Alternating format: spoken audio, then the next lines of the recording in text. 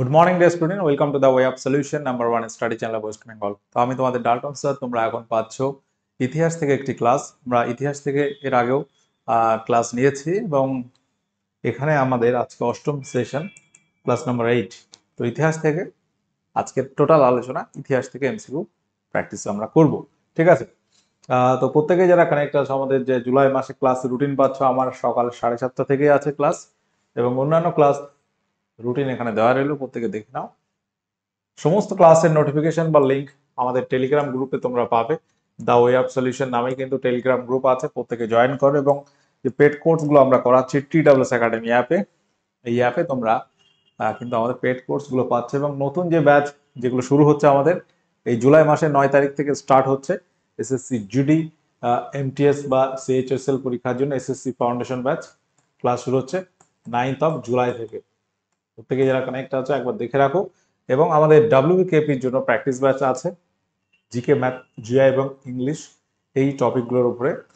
এটাও কিন্তু 9 তারিখ থেকে শুরু হচ্ছে, 9 জুলাই থেকে ব্যাচ স্টার্ট হচ্ছে, ঠিক আছে? প্রত্যেকে যারা কানেক্ট আছো, যদি প্রয়োজন মনে হয় অবশ্যই জয়েন করতে পারো আমাদের ব্যাচে।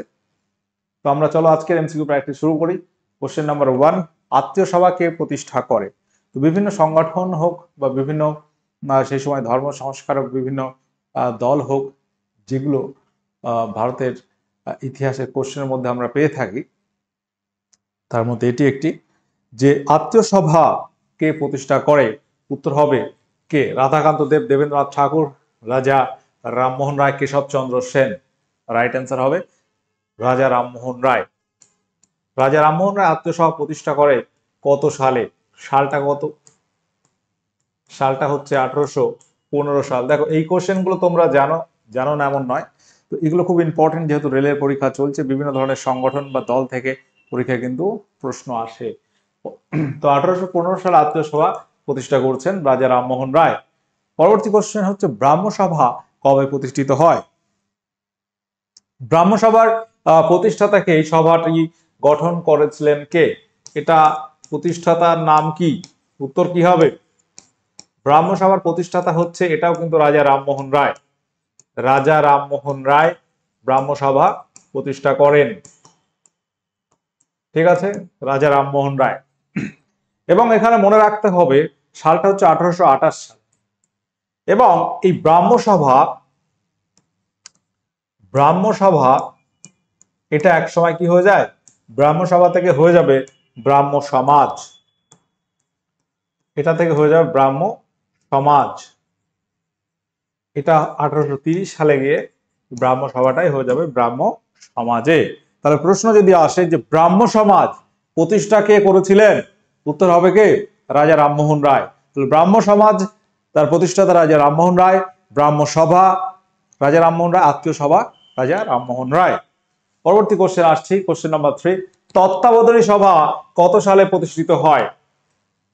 তত্ত্বাবধানী সভা কত সালে প্রতিষ্ঠিত হয় বলো?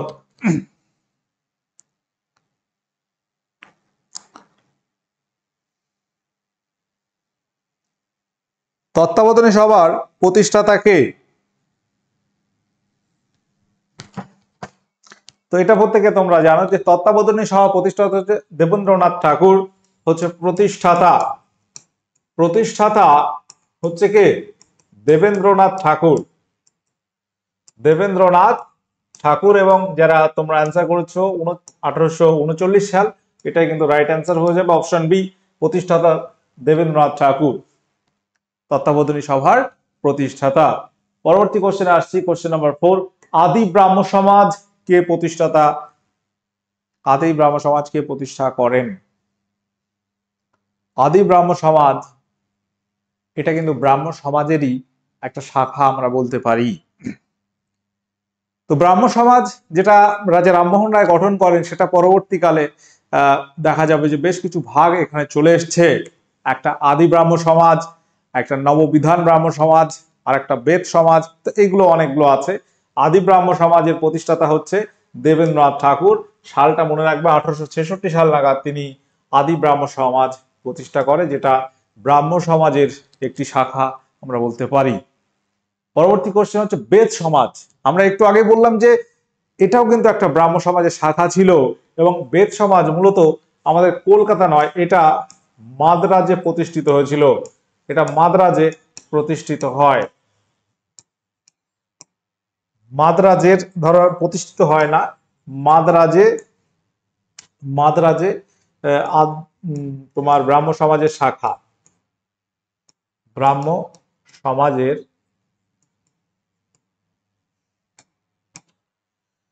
সমাজের একটি শাখা আমরা বলতে পারি। তো এই বেদ সমাজ এটি প্রতিষ্ঠিত হয় 1864 সালে। এবং প্রতিষ্ঠাতা কে বলতো? এর প্রতিষ্ঠাতা হচ্ছে কেশবচন্দ্র সেন। কেশবচন্দ্র সেন যখন মাদ্রাজে যাচ্ছেন, তিনি এখানে আর্য সমাজ ব্রাহ্ম সমাজের একটি শাখা খুলছেন। শাখা, ঠিক আছে, ব্রাহ্ম সমাজের একটি শাখা খুলছেন এবং সেটাই হচ্ছে বেদ সমাজ, যেটা মাদ্রাজে প্রতিষ্ঠিত হয়। তাহলে এখানে ইনফরমেশন কি? এটা বেদ সমাজটা কি ছিল? ব্রাহ্ম সমাজের একটি শাখা, এবং এটি 1864 সালে কেশবচন্দ্র সেন প্রতিষ্ঠা করেছেন। পরবর্তী কোশ্চেন হচ্ছে নববিধান ব্রাহ্ম সমাজ এর প্রতিষ্ঠাতাকে। নববিধান ব্রাহ্ম সমাজ, ব্রাহ্ম সমাজের বেশ কিছু শাখা আমরা দেখতে পাচ্ছি। আদি ব্রাহ্ম সমাজ, বেদ সমাজ, নববিধান ব্রাহ্ম সমাজ। এটা কিন্তু প্রতিষ্ঠাতা আমরা যদি দেখি, এটা কিন্তু কেশবচন্দ্র সেনই হবে। এখানে অ্যান্সার অপশন ডি মনে রাখবে। এবং এর প্রতিষ্ঠা সাল হচ্ছে 1880 সালে, গিয়ে 1880 সালে প্রতিষ্ঠিত হচ্ছে নববিধান ব্রাহ্ম সমাজ কেশবচন্দ্র সেনের নেতৃত্বে। এটাও মূলত ওই যে ব্রাহ্ম সমাজ ভাঙতে ভাঙতে এই ধরনের নতুন যারা আছে তাদেরকে নিয়ে গঠিত হয়েছিল, বা নতুন যে মতাদর্শে বিশ্বাসী তারা নববিধান ব্রাহ্ম সমাজ এর মধ্যে ছিল। একাডেমিক অ্যাসোসিয়েশন এর প্রতিষ্ঠাতাকে, একাডেমিক অ্যাসোসিয়েশনের প্রতিষ্ঠাতাকে তারকনাথ গঙ্গোপাধ্যায়, ডিরোজিও, আত্মারাম পাণ্ডুরঙ্গ নাকি মধুসূদন দত্ত? কোশ্চেনটা বোঝা গেছে? কোশ্চেনটি হচ্ছে যে একাডেমিক অ্যাসোসিয়েশন যেটি প্রতিষ্ঠাতা হচ্ছে ডিরোজিও, আমরা জানি 1827 সাল নাগাদ এটি প্রতিষ্ঠিত হয় কলকাতাতে। ইয়ং বেঙ্গল গঠন করেন ডিরোজিও। এবার প্রশ্ন হচ্ছে আর্য সমাজ এর প্রতিষ্ঠাতাকে, আর্য সমাজের প্রতিষ্ঠাতাকে? আত্মারাম পাণ্ডুরঙ্গ, দয়ানন্দ সরস্বতী, মহাদেব গোবিন্দ রানাডে, দেবেন্দ্রনাথ ঠাকুর। আর্য সমাজ এর প্রতিষ্ঠাতা হচ্ছে দয়ানন্দ সরস্বতী। সালটা কত? আর্য সমাজ প্রতিষ্ঠা সাল কত? প্রত্যেকে বলো।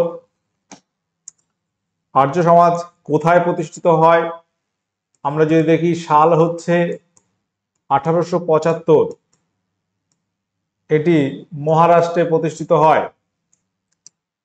আর্য সমাজের প্রতিষ্ঠাতা দয়ানন্দ সরস্বতী এবং মহারাষ্ট্রে এটি গঠিত হয় 10ই এপ্রিল 1875। আর্য সমাজ প্রতিষ্ঠা করেন দয়ানন্দ সরস্বতী। মূলত এগুলো সমাজ সংস্কারের উদ্দেশ্যে। সেম কোশ্চেন প্রার্থনা সমাজ, এগুলো কিন্তু আমরা বিভিন্ন সেটে একটা একটা করে কোশ্চেন আলোচনা করে থাকি। আজকে এই টোটাল জায়গাটা এক জায়গায় আমরা আলোচনা করছি, যেটা তোমাদের কিন্তু অনেকটাই কাজে লাগবে, কারণ এই একই টাইপের বিষয়গুলো তোমরা অনেকে গুলিয়ে ফেলো।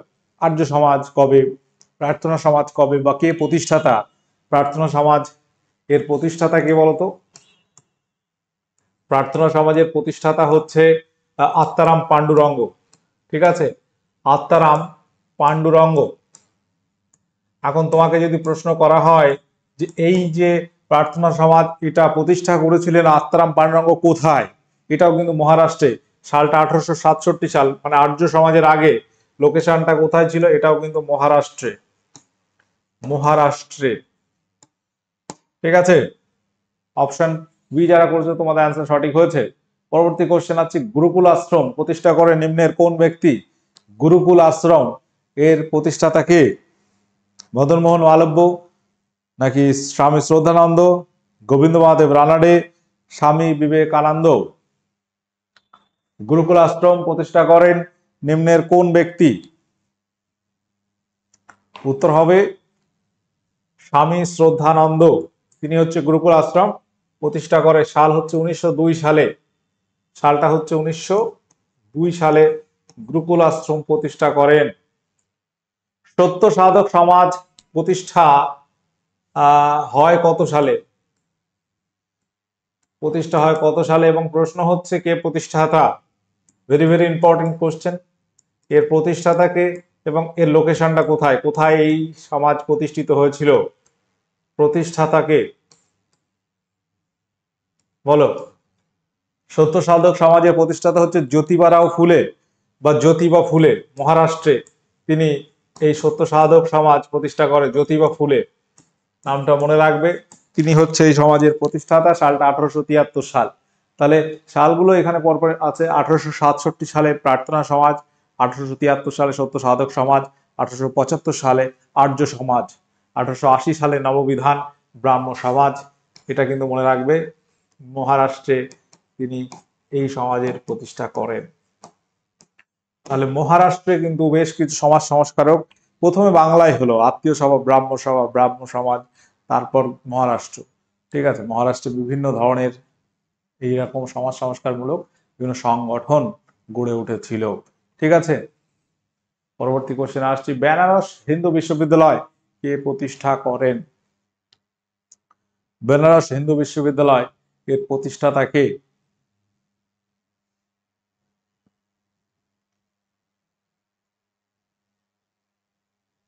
কালীপ্রসন্ন সিং, পণ্ডিত Madan Mohan Malviya, Shivnarine Agnihotri, option D Govinda Mahadev Ranade.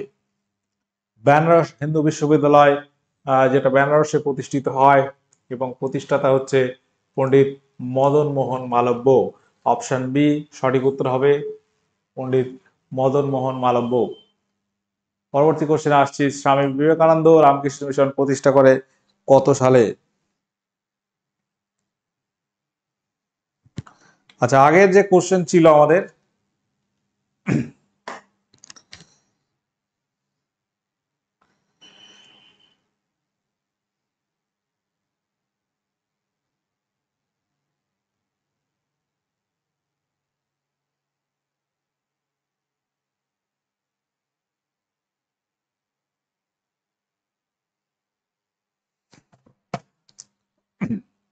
Swami Vivekananda Ramakrishna mission প্রতিষ্ঠা করে কত সালে? 1897 সালে। কোথায়? বেলুড়ে।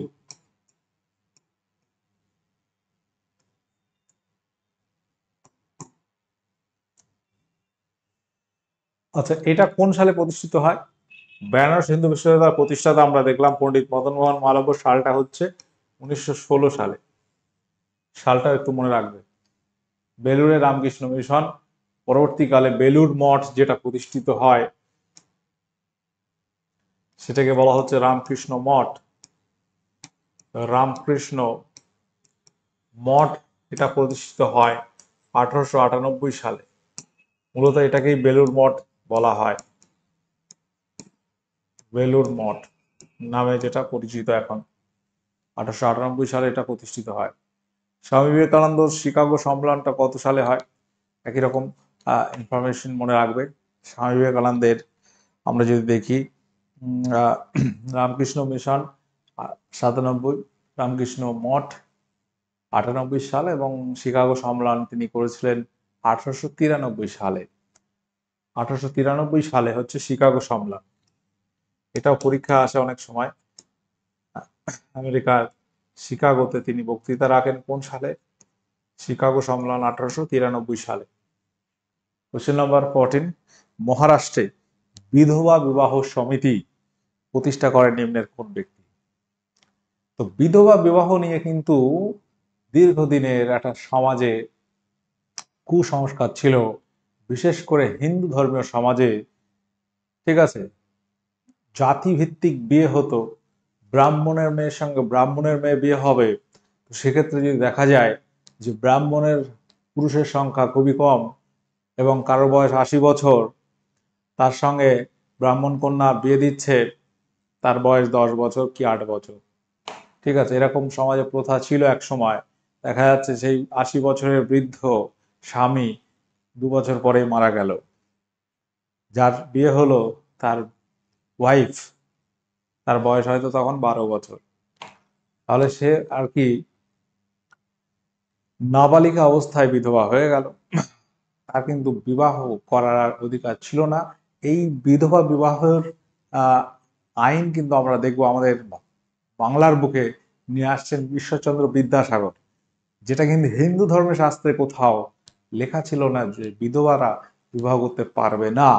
ঠিক আছে, এটা ধর্মের নামে একটা কুসংস্কার বা একটা দেশাচার কিন্তু চলতো, যেটা বিদ্যাসাগরের হাত বরাবর দেখা যাচ্ছে তিনি বিভিন্ন হিন্দু ধর্মের শাস্ত্র থেকে বার করলো না, যেটা ধর্মীয় শাস্ত্রেই আছে যে বিধবা বিবাহ করা যাবে, সেটা সবার সম্মুখে আনলো। কিন্তু সেটা খুব একটা সহজ কাজ ছিল না, বিভিন্ন ধরনের আহ বিরোধিতা তাকে মানুষ করতো সেই সময়, এবং বিভিন্ন ভোটিং সিস্টেম ও ভোটিং সই স্বাক্ষর জোগাড় সেই সময় বিদ্যাসাগর করেছিল। কিন্তু দেখা যাচ্ছে যে তার পক্ষে রায়টা এসেছিল, যদিও সই স্বাক্ষরের পরিমাণ বিধবা বিবাহর না দিকে আর কি, যাতে না হয় সেই দিকে বেশি ছিল। তার পরবর্তীতে ব্রিটিশরা এই বিষয়টা উপলব্ধি করেছিল এবং আমরা জানি যে বিধবা বিবাহ আইন চালু হচ্ছে 1856 সালে লর্ড ক্যানিং এর সময়। যাই হোক, তো এখানে আমরা অনেক আলোচনা করলাম। মহারাষ্ট্র ঠিক এরকমই বিধবা বিবাহ সমিতি প্রতিষ্ঠা করেন গোবিন্দ মহাদেব রানাডে। অপশন বি এখানে রাইট অ্যান্সার হবে, এটা 1861 সালে। তো আমাদের বাংলার বুকে আমরা যদি দেখি সেই সময় বাংলার বুকে তথা ভারতের বুকেই বিধবা বিবাহ আইন চালু হয়ে গেছে 1856 সালে। আর এখানে বিধবা বিবাহ সমিতি গঠন করেছে 1861 সালে। পুনা সার্বজনিক সভা প্রতিষ্ঠা করেন নিম্নের কোন ব্যক্তি? পুনা সার্বজনিক সভা প্রতিষ্ঠা করেন নিম্নের কোন ব্যক্তি? স্বামী শ্রদ্ধানন্দ, গোবিন্দ মহাদেব রানাডে, জ্যোতিবা ফুলে আত্রাম, পান্ডুরঙ্গ। সঠিক উত্তর মনে রাখবে গোবিন্দ মহাদেব রানাডে। সালটা হচ্ছে 1870 সালে মহারাষ্ট্রের পুনেতে একটা সার্বজনিক সভা প্রতিষ্ঠা করেছিলেন। বামাবোধিনী সভা প্রতিষ্ঠা করেন নিম্নের কে? বামাবোধিনী সভা। তো বিভিন্ন ধরনের সভা সমিতি বা এখানে আমরা এইগুলো নিয়ে আলোচনা করছি, যেগুলো সমাজ সংস্কারমূলক যে সমিতি বা সভাগুলো গড়ে উঠেছিল ঊনবিংশ শতকে, সেগুলো নিয়ে আমরা কিন্তু আলোচনা করছি। প্রতিষ্ঠা করেন নিম্নের কে? উত্তর হবে কেশবচন্দ্র সেন। সালটা 1863 সালে তিনি এটা প্রতিষ্ঠা করেন কলকাতায়। দয়ানন্দ অ্যাংলো বৈদিক কলেজ প্রতিষ্ঠা করেন নিম্নের কোন ব্যক্তি? দয়ানন্দ অ্যাংলো বৈদিক কলেজ প্রতিষ্ঠা করেন নিম্নের কোন ব্যক্তি? লালা Hansraj, sir Syed Ahmed Khan, option C আছে বীরেশ চন্দ্র লিঙ্গম, অপশন ডি রাজনারায়ণ বসু। এখানে তোমরা সঠিক উত্তর কোনটি করবে বলো? দয়ানন্দ অ্যাংলো বৈদিক কলেজ প্রতিষ্ঠা করেন নিম্নের কোন ব্যক্তি? দয়ানন্দ অ্যাংলো বৈদিক কলেজ প্রতিষ্ঠা করেন লালা হংসরাজ। লালা হংসরাজ। সালটা হচ্ছে 1886 সালে। 1886 সালে। সার্ভেন্টস অফ ইন্ডিয়া সোসাইটি প্রতিষ্ঠা করেন নিম্নের কে? সার্ভেন্টস অফ ইন্ডিয়া সোসাইটি প্রতিষ্ঠা করেন নিম্নের কে? স্বামী দয়ানন্দ সরস্বতী, গোপাল কৃষ্ণ গোখলে, মহাত্মা গান্ধী নাকি Rajnarayan Basu? Servants of India Society প্রতিষ্ঠাতা গোপাল কৃষ্ণ গোখলে, জি কে গোখলে আমরা নামে জানি। সালটা 1905 সালে তিনি এই সোসাইটি প্রতিষ্ঠা করেছিলেন, সার্ভেন্টস অফ ইন্ডিয়া সোসাইটি। ঠিক আছে, পরবর্তী কোশ্চেন হচ্ছে হিন্দু মেলা প্রতিষ্ঠা করেন নিম্নের কে? হিন্দু মেলা প্রতিষ্ঠা করেন নিম্নের কে? নবগোপাল মিত্র, জ্যোতিরিন্দ্রনাথ ঠাকুর, রাজনারায়ণ বসু নাকি অপশন ডি বলছে জ্যোতিবা ফুলে? হিন্দু মেলা প্রতিষ্ঠা করেছিলেন কে? কোথায়? কলকাতাতেই হবে এটা, এবং নামটা হচ্ছে নবগোপাল মিত্র। সালটা হচ্ছে 1860 সাল। মেলা, এক ধরনের মেলা দিত তখন মানুষের সমাজ। এখন যেমন সোশ্যাল মিডিয়া আছে, সেই সময় তো সেগুলো ছিল না। বিভিন্ন সংবাদপত্র এবং বিভিন্ন মেলা অনুষ্ঠান, এইগুলোই কিন্তু আমরা দেখবো যে জাতীয়তাবোধ ঝাঁকানোর উদ্দেশ্যে মানুষকে আহ্বান করতো। সেখানে বিভিন্ন নাটক বা তোমার থিয়েটার, এইগুলোর সাহায্যে কিন্তু সেই সময় মানুষের মধ্যে সচেতনতা আনা হয় এবং ব্রিটিশ বিরোধী আন্দোলনগুলো পরে এইভাবে কিন্তু গড়ে ওঠে। থিওসফিক্যাল সোসাইটি প্রতিষ্ঠিত হয় নিম্নের কোথায়?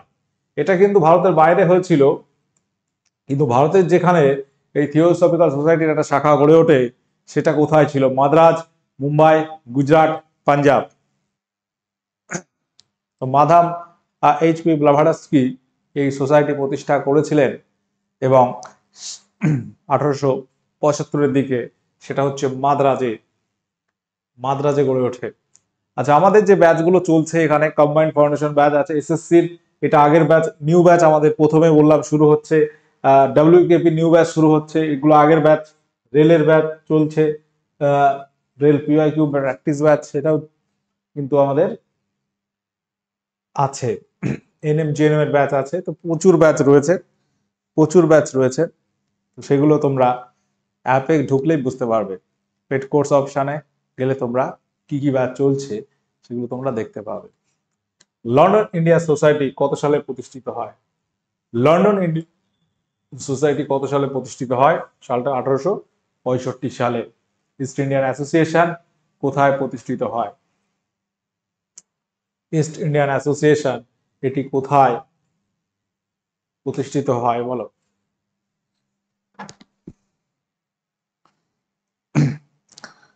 ইস্ট ইন্ডিয়ান অ্যাসোসিয়েশন কোথায় প্রতিষ্ঠিত হয়?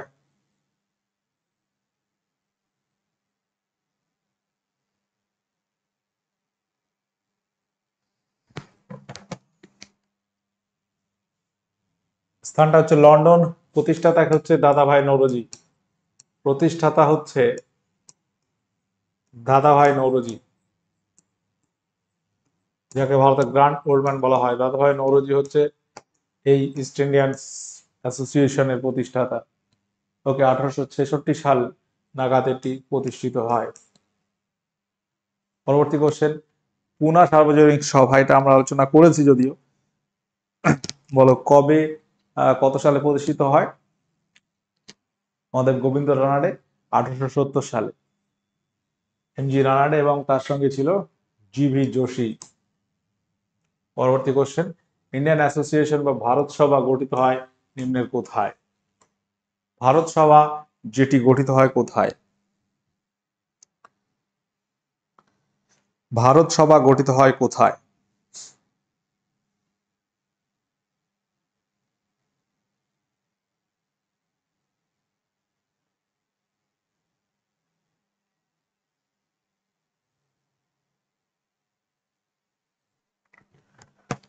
উত্তর কি হবে? মুম্বাই, পাঞ্জাব, কলকাতা, পুনা। উত্তর হয়ে যাবে আমাদের কলকাতাতে গঠিত হয় ভারত সভা।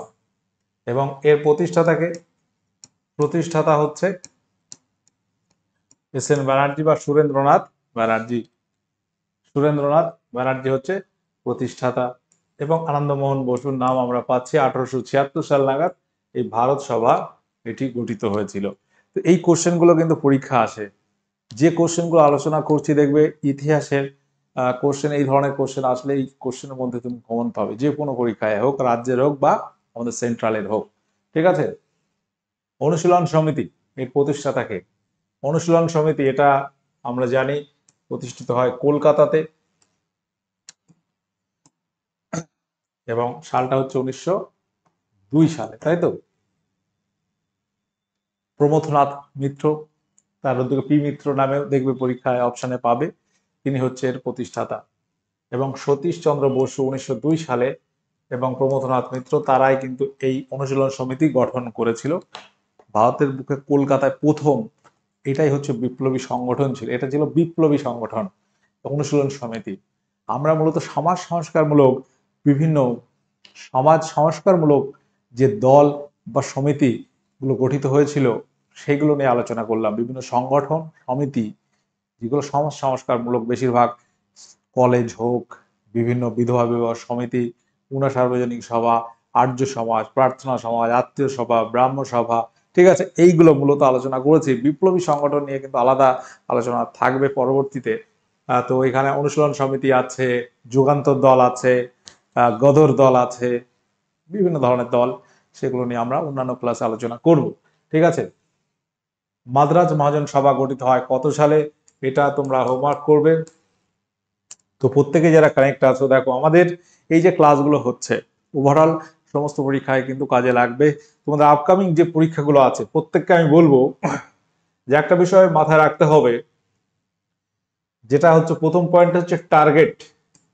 এই কম্পিটিটিভ ফিল্ডে তুমি আসলে একটা প্রস্তুতিতে অনেক পরীক্ষা দিতে পারবে, কিন্তু তার মধ্যে থেকে তোমার একটা টার্গেট থাকবে যে আমি রেলের জন্য পড়বো, আমার মেন টার্গেট হচ্ছে রেল, তাহলে টার্গেট একটা রাখতে হবে, এর মধ্যে তুমি একটা মেজর একটা মাইনার রাখতে পারো, বা মেন টার্গেট, প্রধান টার্গেট, ঠিক আছে, সেটা একটা। আর আনুষঙ্গিক থাকবে তোমার, আমি এটাই বলছি এই কারণে, কারণ নয়তো লক্ষ্য ভ্রষ্ট হয়ে যাবে, তুমি একসাথে সব পরীক্ষা দিতে গেলে আদতে কোনোটাই হয়তো হবে না ভালোভাবে। তাহলে একটা রাখতে হবে মেন টার্গেট, তুমি রেল টার্গেট রাখলে, যে রেল এনটিপিসি নয় গ্রুপ ডি তুমি একটা লাগিয়েই ছাড়বে বা পেয়েই ছাড়বে, এরকম একটা টার্গেট রাখলে রেল। বা তুমি এসএসসি জিডি এমটিএস টার্গেট করতে পারো স্টাফ সিলেকশনে, তাহলে একটা মেন টার্গেট রাখতে হবে।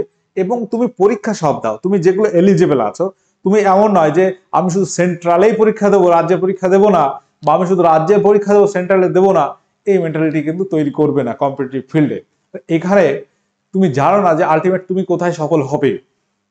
সিলেবাসটা কম বেশি একই রকমই থাকে, কোথাও একটু ম্যাথ বেশি, কোথাও একটু রিজনিং বেশি, কোথাও একটু ইংলিশ বেশি, কোথাও টোটাল ইংরাজি নেই। তাহলে বিষয়টা হচ্ছে এই, তোমাকে একটা টার্গেট রাখতে হবে মনে মনে, যেটা প্রধান টার্গেট, যে আমি রেলের জন্য টার্গেট করছি। এবার তুমি যেগুলো এলিজেবল আছো রাজ্যের পরীক্ষাগুলোই, তুমি ধরো ডব্লিউবিপি দিতে পারো তোমার যদি হাইট থাকে, বা তুমি পিএসসির পরীক্ষাগুলো দিতে পারো, ক্লার্কশিপ আছে, মিসলেনিয়াস আছে, ডাব্লিউবিসিএস আছে। তো ব্যাপারটা হচ্ছে এই, একটা মেন টার্গেট থাকলো, পাশাপাশি যেগুলো তুমি এলিজেবল আছে সবগুলো দিলে, রাজ্যের গ্রুপ সি গ্রুপ ডি যেগুলো এসএসসি স্কুল সার্ভিসে সেগুলো দিতে পারো, হয়ে যেতে পারে। হয়তো একটা পরীক্ষা টার্গেট করছো আর একটা হয়ে যায় অনেক সময়, এরকম হয়েছে, হচ্ছেও। ওকে, তাহলে প্রথম বিষয় হচ্ছে একটা মেন টার্গেট রাখতে হবে এবং রেসপেক্টিভ সব পরীক্ষায় তোমাকে দিতে হবে। ওকে, এটা একটা প্রথম পয়েন্ট, টার্গেট ফিক্সড করতে হবে তোমাকে। তুমি প্রয়োজনে পরীক্ষার প্রশ্ন দেখো, তুমি কোন সাবজেক্ট নিয়ে পড়েছো সেটা তোমার একটা স্ট্রং জোন আছে। তুমি ধরো ম্যাথ নিয়ে পড়লে, ম্যাথটা স্ট্রং জোন আছে, তুমি সেই রেসপেক্টে তুমি তোমার টার্গেট ফিক্সড করলে, তুমি রেলটা ফলো করলে, বা তোমার ইংলিশ খুব ভালো, তুমি এসএসসি স্টাফ সিলেকশন কমিশনের যে পরীক্ষাগুলো হয় জিডিএমটিএস, সিএইচএসএল, সিজিএল, এগুলো টার্গেট করলে, ঠিক আছে। বা তুমি জিকে ভালো, তুমি রাজ্যের ডাব্লিউবিপি বা তুমি ডাব্লিউবিপিএসসি পরীক্ষা টার্গেট করতে পারো, বোঝা গেল। অর্থাৎ সব পরীক্ষা তোমাকে দেখতে হবে। এবার নিজে কোথায় ফিট হচ্ছ বা যেটা তোমার সহজে হয়, ঠিক আছে, তোমার এখন মানে কি অস্ত্র কি আছে সেই অনুযায়ী যুদ্ধ করতে হবে, এরকম একটা ব্যাপার।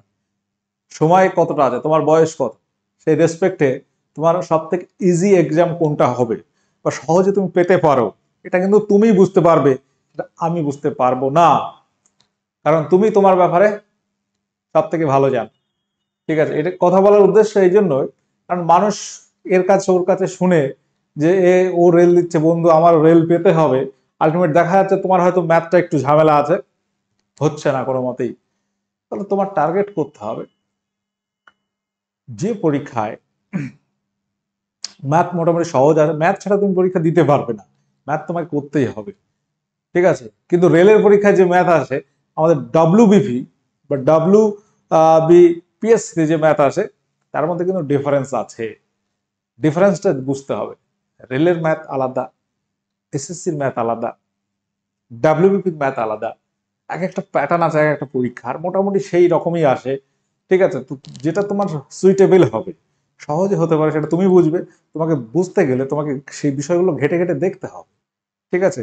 কোশ্চেন পেপার দেখতে হবে প্রিভিয়াস ইয়ার, ডাব্লিউবিপির বিভিন্ন প্রিভিয়াস ইয়ার দেখতে হবে, ডাব্লিউ বিপিএসসি মিসলেনিয়াস তুমি টার্গেট করো তার প্রিভিয়াস ইয়ার, ক্লার্কশিপ হোক বা তুমি ডাব্লিউবিসিএস হোক, দেখতে হবে, রেলের দেখতে হবে, এসএসসি এমটিএস জিডি কেমন প্রশ্ন আসছে সেগুলো দেখতে হবে। দেন তোমাকে একটা ডিসিশনে আসতে হবে।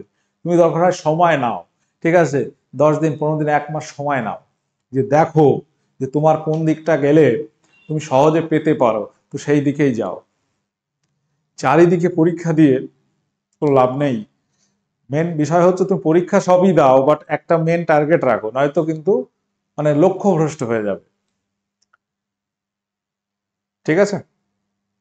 তো এইটাই মূলত বলার, যে একটা মেন টার্গেট ফিক্স করো। আমি যেখানে রেল লিখলাম মানে রেল করতে হবে তা নয়, তোমার যেটা সুবিধা হয়, যেটা সহজে হতে পারে সেটাই তোমাকে দেখতে হবে আগে। ঠিক আছে, তোমরা কানেক্ট থাকো, আমাদের ক্লাসগুলো করতে থাকো, ফ্রি ক্লাস দেখতে থাকো কেমন হচ্ছে। TWS একাডেমি অ্যাপ আমাদের আছে, এখানে বিভিন্ন পরীক্ষা ওরিয়েন্টেড ব্যাচ আমরা করাচ্ছি। যদি প্রয়োজন হয় তুমি সেই ব্যাচ জয়েন করবে যেটা তোমার লাগবে। ঠিক আছে, সকলে ভালো থাকো, সুস্থ থাকো, দেখা হচ্ছে পরবর্তী ক্লাসে। ওকে, টাটা, বাই।